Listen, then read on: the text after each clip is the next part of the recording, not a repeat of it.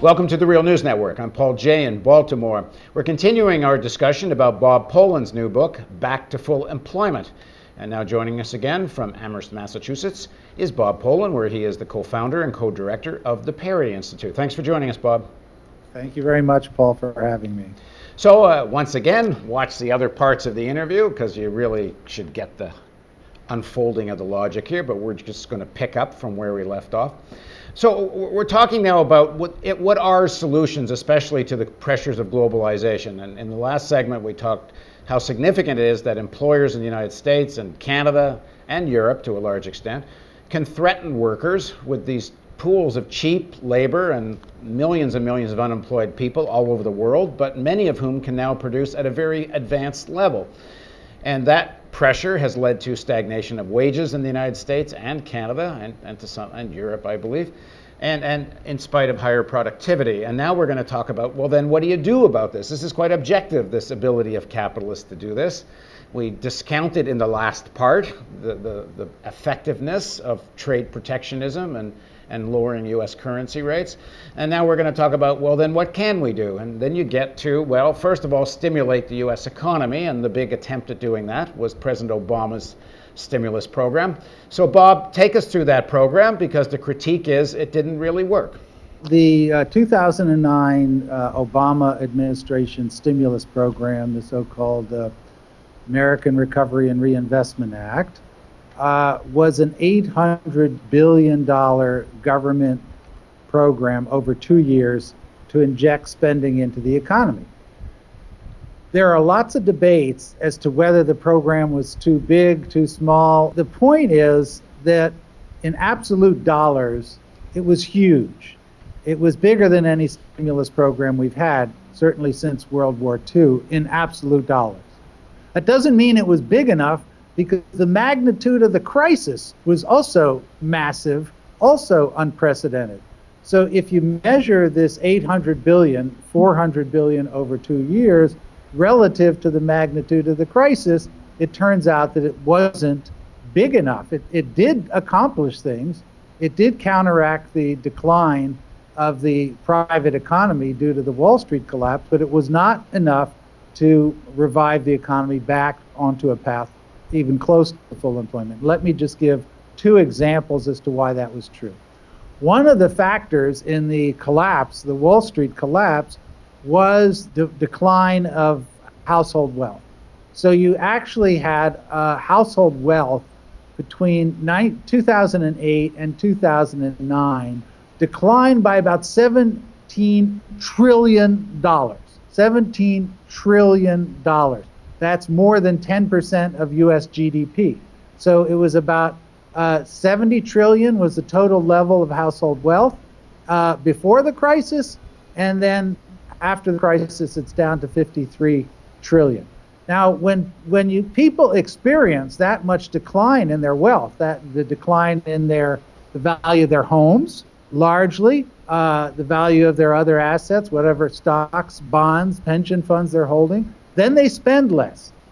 And if we follow some of the economic research on this, what we would expect with that level of a collapse is that you would reduce household spending by about $500 billion right there. So more than half of the money that the stimulus is kind of injecting into the economy is getting withdrawn at the same time due to the collapse of household wealth. So that's one reason why the stimulus was too small. Another was, while the federal government was injecting this $800 billion over 2 years into the economy, state and local governments were facing a huge collapse of their finances. So the money was some money was going to state and local governments to keep them propped up in terms of their spending, but that was only partially compensating for the loss of funds that the states had. For example, our own institution here, UMass Amherst. I was on the budget committee of UMass Amherst, and we faced a huge crisis and the prospects of major layoffs. We got a stimulus check of $50 million. That meant that we could stop the layoffs, but it didn't mean we could add more jobs. So the stimulus program, again, was just covering in part the hole that was created by the state and local government financial crisis there. So for those reasons and a few others similar to that, the stimulus was not enough to compensate for this massive Wall Street collapse. So I think then some people would argue or ask the question, then why wasn't it made bigger? And some people have argued, actually, if you actually take the size of what was getting out of the economy, it should have been at least even double in size.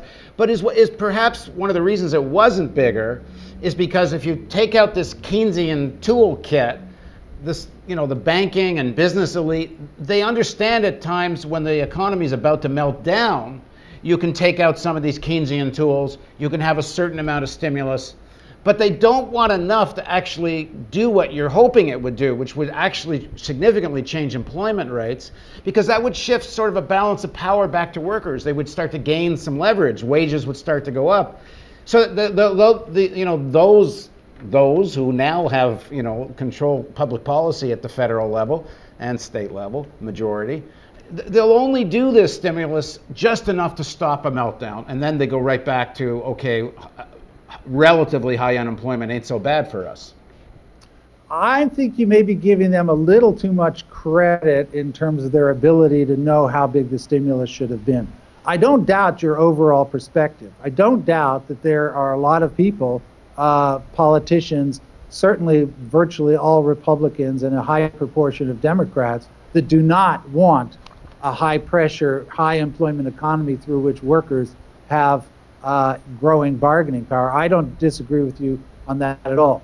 On the issue of how big the stimulus needed to be at the moment, it was actually hard to know it. And I confess I myself underestimated the magnitude of how big the stimulus should be. I mean, I wrote an article in The Nation right after Obama got elected, and I sketched out a level for the stimulus which wasn't all that different than the one that got enacted. So, and I didn't have the motives that you are imputing. Yeah, but Bob, I understand that, but within the first 2 years of the administration, when the Democrats still control both houses, right, a year and a half in, one then could have said, okay, it wasn't big enough, there should be another one. And you and a lot of others were saying that, but we sure didn't get that. The other part of the story, which is also in my book, is the other side, which is monetary policy, the role of the Federal Reserve, and mobilizing the credit system. And here we also have this massive blockade, which you and I have talked about many times, but deserves to be talked about, especially the Fed is meeting just today to talk about some new policy measures they might pursue. The point is that monetary policy looks like it's highly, highly, highly stimulative because they've dropped the interest rate that banks have to pay to get money, to get liquidity, down to 0%. They get money for free, but that is not working in terms of stimulating activity in the economy because the banks take the money and are sitting on it and are hoarding it. So they're now sitting on $1.6 trillion. Again, 10% of GDP. So the idea that we have a stimulative monetary policy is not true in as much as the money is not getting out into the economy. And we've talked about this before, but let's do this again too. And it's not that they're just sitting on it too. They're also making money out of it. They're just not loaning it into the productive economy in terms of carry trades where they, pick up money on foreign currency exchanges or even still derivatives plays. Well, yes, they're doing all of those things, Paul, but I'm even talking about an even simpler thing. They are holding this money in cash accounts at the Fed, 1.6 trillion. They're also doing the other things that you're talking about, speculating in derivatives, in carry trade. They are doing those things. The only thing they're not doing is lending money to small businesses to get them going. So that if we don't have a government stimulus, a public sector spending stimulus to, for example, keep public schools growing, to hire teachers, to hire bus drivers, to hire cafeteria workers, for example, to hire firefighters. If we don't have that coming, and at the same time we don't have money coming through the private credit system to the small businesses, that's why the economy's stuck. And does there not also be, if there's going to be this kind of stimulus instrument used, that it's targeted and it's big enough to really have an effect on workers' ability to demand higher wages, Otherwise, don't you just have a period of time where the stimulus has an effect and then it starts to peter out? But you're right back to the same situation, which is there isn't enough real demand in the economy, and you're back into paralysis again. That is exactly why I try to stress so much full employment as the goal, and also say full employment is not just about a statistic with the number of people who have jobs. Pushing the unemployment rate down, say in the range of below 4%, will empower workers, and yes, capitalists will resist it, but it will also bring demand into the economy, and that businesses are going to find is going to be good. They're going to find that people have more money to spend, and that will allow them to invest more and expand their businesses. And that's exactly why the small businesses in particular would benefit tremendously by a successful stimulus program. And again, that's if you had a political regime, a government, that actually had as an objective full employment. Because right now these guys are actually quite happy selling into the emerging markets and actually don't seem that concerned. These guys being the business elite don't seem to be that concerned that the American market isn't as robust as it could be, because they can make their money through cheap wages in the US and also just the global market. Well, except the global market isn't doing very well either. I mean, Europe is a basket case. Europe is worse than the US.